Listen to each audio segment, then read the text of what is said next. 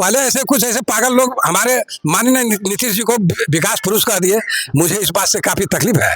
वो विकास पुरुष नहीं, वो सत्ता लोलुप आदमी है, कुर्सी से चिपके रहना चाहते हैं। अगर उसमें देशभक्ति का भी गुण हो, देशभक्ति का गुण थोड़ा भी उसके शरीर में होता, उसके रोम में अगर कहीं भी एक रोम में बचा हुआ रहता, तो शायद पलटू राम नहीं कहलाते हमारे बिहार में। ये तो अब देश में भी पलटू राम कहला रहे, हो सकता है अभी भी वो पलट। नीतीश जी क्यों मुंह बंद किए हुए हैं? सृजन घोटाला के कारण मुंह बंद किए हुए हैं। डर है उसको, डर है उनके अंदर में। लालू यादव को डर नहीं था, इन्होंने जेल काटा, होटवार जेल भी काटा, तेजस्वी पर भी तलवार कई बार लटका हुआ भी है। ये लोग झुकने के लिए तैयार नहीं है। मैं तो चिराग से कहता हूँ, अखिलेश यादव से कहता हूँ, मैं मायावती से कहता हूँ, मैं नीतीश कुमार से कहता हूँ, तो बनो तो लालू यादव बनो, तभी SC ST OBC का कल्याण हो सकता है, हमारे देश की जनता का कल्याण हो सकता है। उठो जगो और इन बातों पर ध्यान दो जो मैं बोल रहा हूँ। सिर्फ वोट देना ही ये संवैधानिक अधिकार नहीं है। वोट दे करके वोट के मूल्य को खड़ा करना सबसे बड़ा संवैधानिक मौलिक अधिकार है, इसको समझो। नमस्कार, अभी हमारी मौजूदगी अररिया जिला में है और नरपतगंज प्रखंड में है, क्षेत्र संख्या 1 में है। और आपको बता दें कि अभी हमारे साथ जिला परिषद सदस्य प्रतिनिधि ब्रह्मदेव यादव जी हैं। तो चलिए हम इनसे जानने का प्रयास करते हैं। सबसे पहले सर आपका स्वागत है। तो ब्रह्मदेव जी की ओर से और इस क्षेत्र की जनता की ओर से आपको बहुत बहुत वेलकम किया जाता है। इस क्षेत्र में आकर जो जन समस्या को लेकर के सरकार तक पहुंचाने का आप जो कार्य कर रहे हैं, इसके लिए मैं और हमारे क्षेत्र की जनसंख्या आपका बहुत आभार व्यक्त करती है। सर, राजनीतिक में आप कब आए?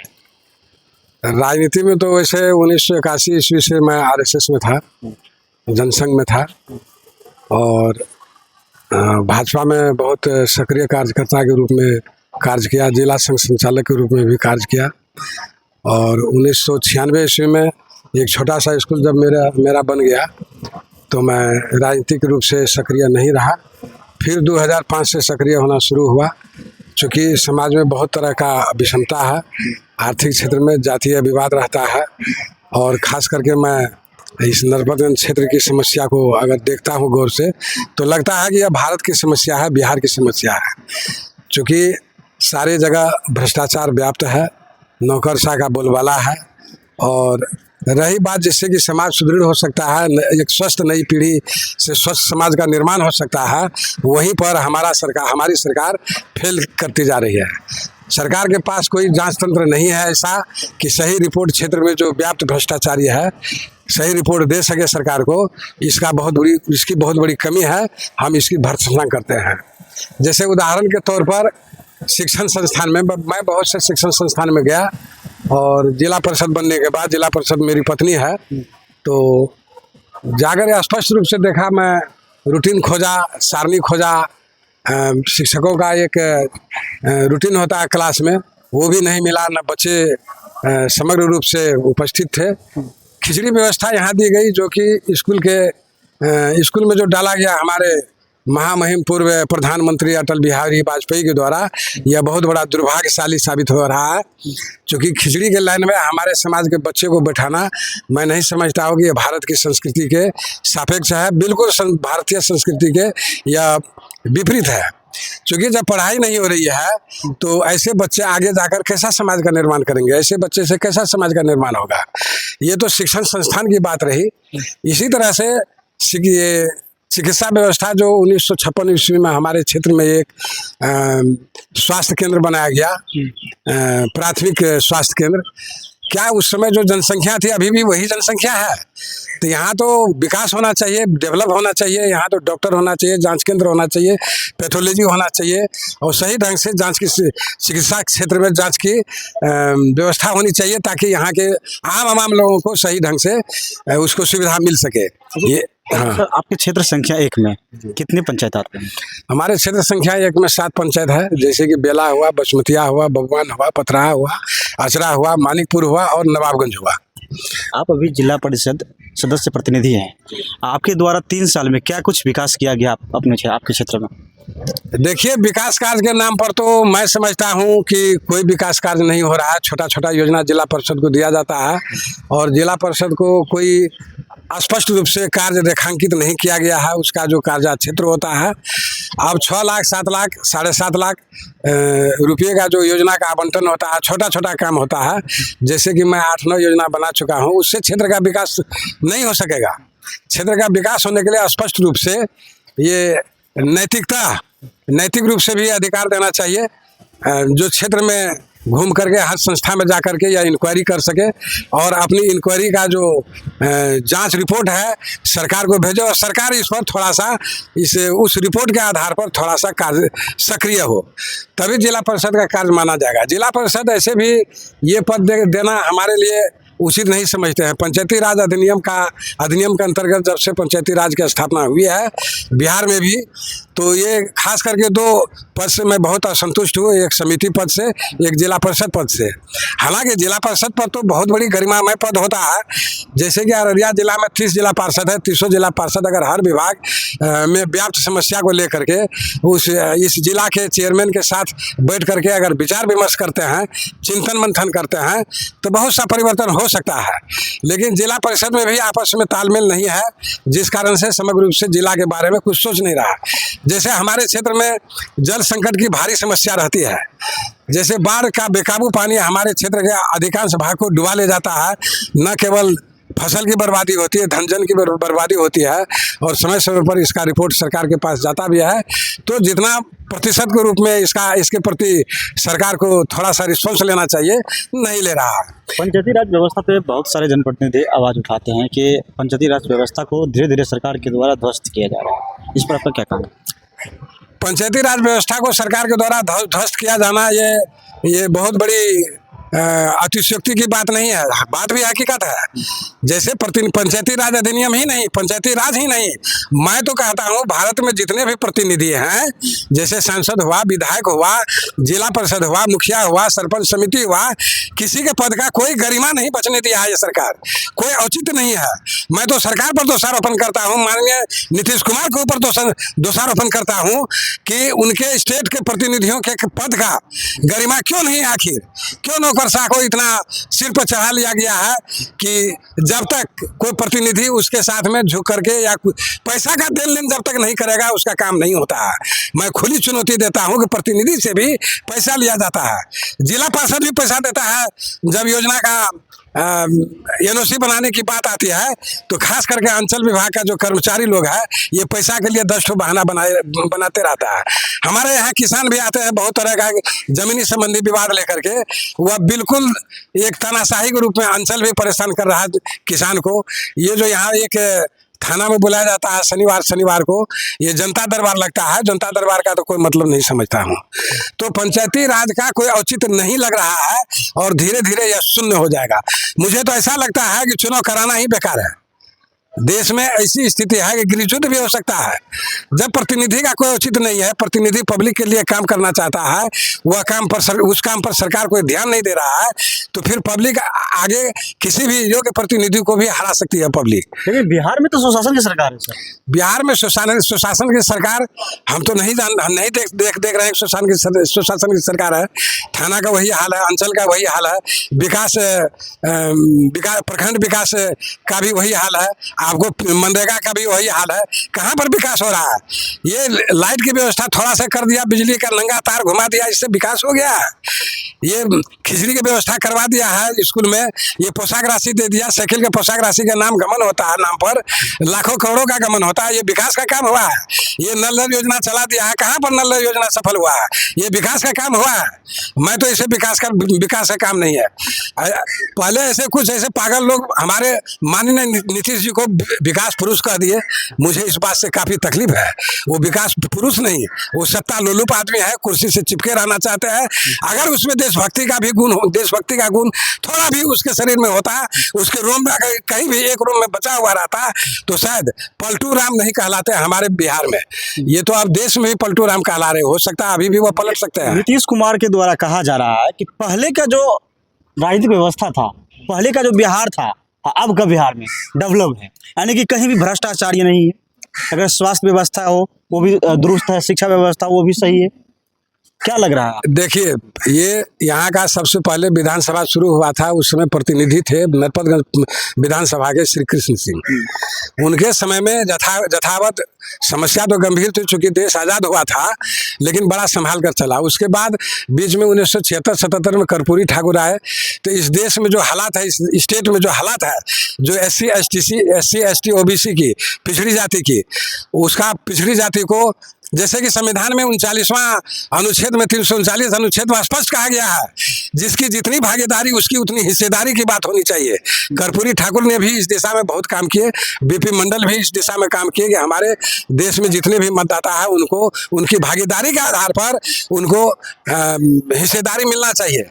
हालांकि 1992 ईस्वी में 27% आरक्षण, जिसको हम हिस्सेदारी मानते हैं, BP सिंह के समय में मिला, लेकिन हमारे मनुवादी विचारधारा रखने वाले सरकार जो है, ये मनमोहन सिंह के समय में ये क्रीमी लेयर लगा करके उसे 27% को तोड़ दिया गया और फिर हमारी हिस्सेदारी को समाप्त कर दिया गया। अभी तो मुझे जो मालूम है, मुझे जो जानकारी है, जब विदेश मंत्रालय में 40 पद है, 40 पद पर हमारे ब्राह्मण लोग बैठे हुए हैं, मनुवादी लोग बैठे हुए हैं। प्रधानमंत्री सचिवालय में SC ST OBC नहीं के बराबर है, ये राष्ट्रपति सचिवालय में SC ST OBC नहीं के बराबर है। IAS IPS IPS की बहाली में अब तो ये चुन करके बिना परीक्षा का ही बहाली कर दिया जाता है। जनसंघी लोगों को हर जगह बैठा दिया गया है। जितना भी मंत्रालय उसका सचिव मनुवादी लोग होते हैं, जनसंघी होते हैं, तो कहाँ से क्षेत्र का विकास हो सकेगा। रही बात नीतीश से पहले की बात, तो आम आवाम को जो SC ST OBC के लोग हैं, अगर उनके मुंह में बोली दिया है, ये संविधान के तहत हमारे लालू यादव जी ने दिया है। लालू यादव के समय सबसे बड़ी सामाजिक परिवर्तन हुआ है, जिससे कि SC ST के OBC के लोग सीधे बाहर राजनीतिक वातावरण में भी आकर के, शैक्षणिक वातावरण में भी आकर के आज अपने आप को डेवलप समझ रहे हैं। तो लालू की देन है, वो संविधान की देन है, नीतीश की देन नहीं है, हमारे केंद्रीय सरकार की देन नहीं है। मैं तो यहाँ तक कहता हूँ कि हमारे ये भाजपा और RSS की अगर जननी है तो ये कांग्रेस जननी है। अच्छा सर, अभी जो SC ST और OBC को लेकर के जो आरक्षण था, जिसको सुप्रीम कोर्ट के द्वारा हनन किया जा रहा है, इस पर क्या कहना चाहेंगे? देखिए, ऐसे तो हमारे देश की जो जनता है, हमारा जो मूल निवासी है, मौर्य साम्राज्य के बाद 6743 जात में बांट करके इसको कमजोर कर दिया गया। फूट करो और राज करो की नीति हमारे मनुवादी लोग करते हैं। हमारे यहाँ का जो मूल निवासी थे, पहले जैसे मौर्य शासन हुआ, गुप्त शासन हुआ, फूट डालो राज करो की नीति नहीं थी उस समय।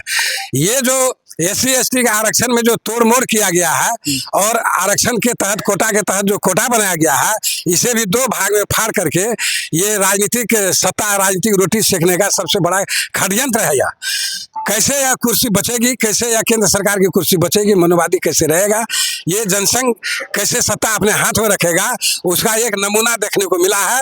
कोटा के अंदर कोटा, SC ST को 2 फाड़ में तोड़ करने का क्रीमी लेयर लगाकर वही काम किया जो 1992 ईस्वी में पिछड़ी जाति को 27% देने के बाद क्रीमी लेयर लगाकर, जिसको दांत नहीं था उसको चना खाने के लिए दे दिया गया, और जिसको दांत नहीं था उसको कुछ नहीं मिल रहा है, जिसको दांत है। तो यही है क्रीमी लेयर। क्रीमी लेयर हमारे आम जनता लोग नहीं समझ रहे हैं। ये लेकिन बहुत सारे नेता जब चुनाव के समय आते हैं तो कहता है कि हम हरिजन का नेता है, हम बहुजन का नेता है।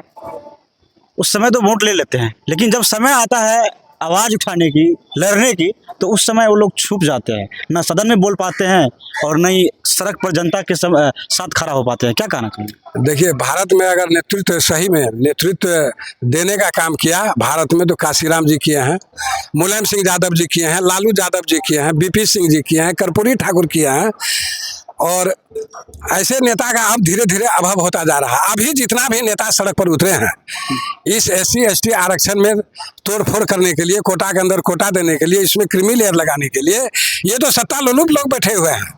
अगर सही में राष्ट्रभक्त है, समाज भक्त है, सामाजिक गुण का ताना बाना हमारे नेता के अंदर रहता, तो जो भी NDA गठबंधन में है वो तो NDA से त्यागपत्र दे करके निकल गए होते।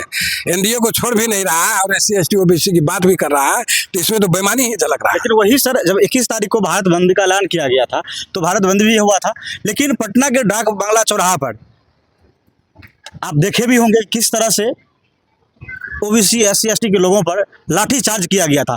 जो नेता जो अभी मुख्यमंत्री कहते हैं, जो OBC SC ST को वोट बैंक लेते हैं, और ओबीसी SC ST को बात करते हैं, लेकिन उनके द्वारा, उनके पुलिस के द्वारा इस तरह से लाठीचार्ज किया गया था, क्या कहना चाहेंगे? देखिए, इसके लिए मैं एक उदाहरण देता हूँ। उत्तर प्रदेश में 10 सीट पर उपचुनाव है। योगी आदित्यनाथ जी वहाँ के मुख्यमंत्री हैं। उन्होंने जितना भी यादव और मुस्लिम IAS IPS थे उनको वहाँ से ट्रांसफ़र कर दिया गया। अभी जो SC ST ये आरक्षण में लगाया गया, सुप्रीम कोर्ट के द्वारा जो क्रीमी लेयर लगाया गया है, इसके विरोध में जो आंदोलन हुआ, आंदोलन तो बहुत सफलीभूत रहा, लेकिन आंदोलनकारियों पर जो पुलिस लाठीचार्ज की, यह नीतीश का डायरेक्ट आदेश नहीं था। क्योंकि हमारे पुलिस विभाग में भी मनुवादी लोग बैठे हुए हैं, स्पष्ट उनके इशारे से हमारे आंदोलनकर्ताओं के पीठ पर लाठी मारा गया, जो कि बहुत बड़ा जघन्य अपराध हुआ। ये लाठी चलने का जो माहौल खड़ा किया गया, इससे लग नहीं रहा है कि हमारा देश आज़ाद है।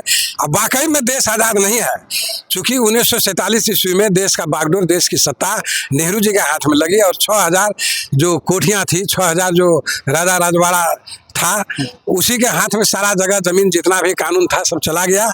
और हमारे भारतीय मुल्क के जितने भी SC ST OBC के लोग हैं, ये लोग मजदूर के समकक्ष आ गए, मजदूर क्लास के लोग हो गए, इन्हीं के ऊपर लाठी चला रहे हैं।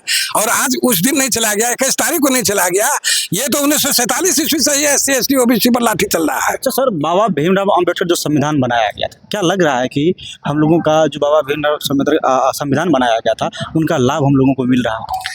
देखिए, बाबा भीमराव अंबेडकर के द्वारा जो संविधान बनाया गया है, वो संविधान बनाने के क्रम में उस समय भी काफ़ी विरोध हुआ हमारे मनुवादियों के द्वारा। वहाँ भी पिछड़ी जाति और अगड़ी जाति के बीच में एक रेखा खींची गई, और यह रेखा तभी देखी गई जब 1918 ईस्वी में मुंजे इटली से RSS की ट्रेनिंग लेकर के यहाँ जनसंघ की स्थापना करना चाह रहे थे। 1922 ईस्वी में हिंदू महासभा की स्थापना हुई। 1925 में RSS की बाकायदे वैधानिक रूप से स्थापना की गई। तो इसका अगर तार खींचा जाए तो तार तो उसी समय से लगा हुआ है। ये अगर संविधान नहीं बना रहता, बाबा भीमराव अम्बेडकर अगर संविधान नहीं बनाए रहते, तो हम जो अभी मीडिया से रूबरू हो रहे हैं, यह संविधान की देन है। हम आप जो जूता पैंट ये शर्ट पहन करके ये गाड़ी पर चल रहे हैं, 4 चक्का पर चल रहे हैं, ये संविधान की देन है। हमारे समाज के युवा वर्गों को मालूम नहीं है इस बात का, इस तक की जानकारी मालूम नहीं है। अगर संविधान को समाप्त कर दिया जाता है, तब महसूस होगा कि संविधान क्या चीज़ है। ये जो घर में आज़ाद होकर के हम बिल्डिंग बना रहे हैं, घर मकान चला रहे हैं, जमीन जोत रहे हैं, खा रहे हैं, आराम की जिंदगी जी रहे हैं, ये संविधान की देन है। अभी भी लाठी चार्ज हुआ 21 तारीख को, इसके विरुद्ध में जो आवाज़ उठ रही है, ये संविधान की देन है। 21 तारीख को जो आंदोलन हुआ, पूरा भारत बंद रहा, ये संविधान की देन है। हम आप अपनी बात को रख सकते हैं, कहीं आज़ादी पूर्वक अपने मनोभावना को व्यक्त कर सकते हैं, ये संविधान की देन है। संविधान में जितना मौलिक अधिकार है, उसका हनन किया जा रहा है भारत में। सर, लास्ट में एक सवाल हम लेना चाहेंगे। अभी जो ऐसे हाई कोर्ट हो, सुप्रीम कोर्ट हो, जिस तरह से जज का कोई एग्जाम नहीं होता है, जिसका जो जज है उसका बेटा जज बनेगा, उसका पोता जज बनेगा, इसमें जिस तरह से हर चीज़ में एग्जाम हो रहा है, इस तरह से उसमें होना चाहिए या नहीं होना चाहिए? देखिए, IAS IPS IFS ये जो पद होता है, देश का बागडोर इन्हीं के हाथ में होता है। इन्हीं के जो इनके अंदर जो प्रतिभा होती है, उन्हीं से देश चलता है। क्योंकि मुख्यमंत्री उतना, अगर कोई मुख्यमंत्री है उतना पढ़ा लिखा नहीं है, तो उसके लिए वह सचिव रखता है। सचिव कौन होता है? IAS IPS होता है। अगर IAS प्रतिभावान नहीं रहेगा, IAS अगर वह राजनीतिक प्रभावित आदमी रहेगा, तो जिस कारण से उसको सचिव बनाया जाता है, उस कारण को दूर नहीं किया जा सकता है। जनता की सही समस्या का हल नहीं किया जा सकता है। अभी बागडोर मैं स्पष्ट रूप से कहता हूँ, ये तो संविधान का अगर सही उपयोग किया है तो मनुवादी लोग किया है। जो अभी बिना परीक्षा दिए, बिना जांच लिए वह IAS बन रहा है, और खास करके मनुवादी लोगों का ही बच्चा IAS बन रहा है, IPS बन रहा है, 90% तो वही बन रहा है।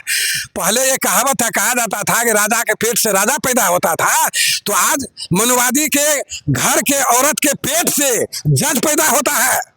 जैसे चंद्रचूड़ का हमारे महामहिम जो मुख्य न्यायाधीश हैं, प्रधान न्यायाधीश हैं सुप्रीम कोर्ट के, उनके बाप भी चीफ जस्टिस थे, वो भी चीफ जस्टिस हैं। उनका बेटा भी चीफ जस्टिस बनेगा, जो कि अभी महाराष्ट्र में है। वो अभी भारत का, दिल्ली का सुप्रीम कोर्ट का चीफ जस्टिस बनेगा बिना परीक्षा दिए। ये कॉलेजियम सिस्टम है, उसके ये चलाया है, ये मनुवादी लोग चलाया है। कॉलेजियम सिस्टम के द्वारा जो मनुवादी लोग हैं वही जज बन सकते हैं, SC ST OBC नहीं बन सकता है। एक तो थोड़ा सा आक्रोश को कुछ कमजोर करने के लिए ये 6 जज जो SC/ST का बना है, ये तो उसका कारण है। इसको खत्म कैसे किया जाए? इसे खत्म किया जा सकता है जब तक केंद्र में सरकार नहीं बदलेगी, SC/ST OBC का हाथ में बागडोर नहीं आएगा। ये जो व्याप्त भ्रष्टाचारी है, जो अपने हाथ में भ्रष्टाचारी के तहत, दबंगता के तहत सीट लेकर के उस पद पर अपने लोगों को बैठा दिया जाता है और भारत पर ये निरंकुश शासन चला रहा है। फिर भी तो सर, जो मनुवादी लोग जिसे आप कहते हैं, जो SC/ST का राजनीति करते हैं, वो लोग तो उसी के साथ जाके मिल जाते हैं। देखिए, धन लोलुप और कुर्सी लोलुप ये भारत को अभी खा रहा है। हमारे SC/ST OBC के जितने भी अभी नेता है, अभी वर्तमान में जो नेता है, उसमें 95% नेता जो है वह अर्थ लोलुप हो चुके हैं, कुर्सी लोलुप हो चुके हैं। यह खुल करके ना तो विरोध कर पा रहा है, अगर सत्ताधीन पार्टी में अगर जाता है तो पिछला बेंच पर बैठकर हिजड़ों की तरह वह ताली बजाने के अलावा कोई दूसरा काम नहीं कर सक रहा है, क्योंकि उनके अंदर में एक भय है। ये RSS के लोग, ये BJP के लोग उनके द्वारा चोरी करवाया हुआ है। उनको डर है कि हमने जो चोरी किया है, अगर हम विरोध करेंगे हमारे ऊपर ED CBI का तुरंत दौरा चालू हो जाएगा, इसलिए उसका मुंह नहीं खुल रहा है। आज नीतीश जी क्यों मुंह बंद किए हुए हैं? सृजन घोटाला के कारण मुंह बंद किए हुए हैं। डर है उसको, डर है उनके अंदर में। लालू यादव को डर नहीं था, इन्होंने जेल काटा, होटवार जेल भी काटा, तेजस्वी पर भी तलवार कई बार लटका और लटका हुआ भी है। ये लोग झुकने के लिए तैयार नहीं है। मैं तो चिराग से कहता हूँ, अखिलेश यादव से कहता हूँ, मैं मायावती से कहता हूँ, मैं नीतीश कुमार से कहता हूँ, तो बनो तो लालू यादव बनो, तभी SC/ST OBC का कल्याण हो सकता है, हमारे देश की जनता का कल्याण हो सकता है। खोल करके मैदान में उतर करके हाथ में तलवार लेकर के तुम शासन करने के लिए तैयार हो जाओ।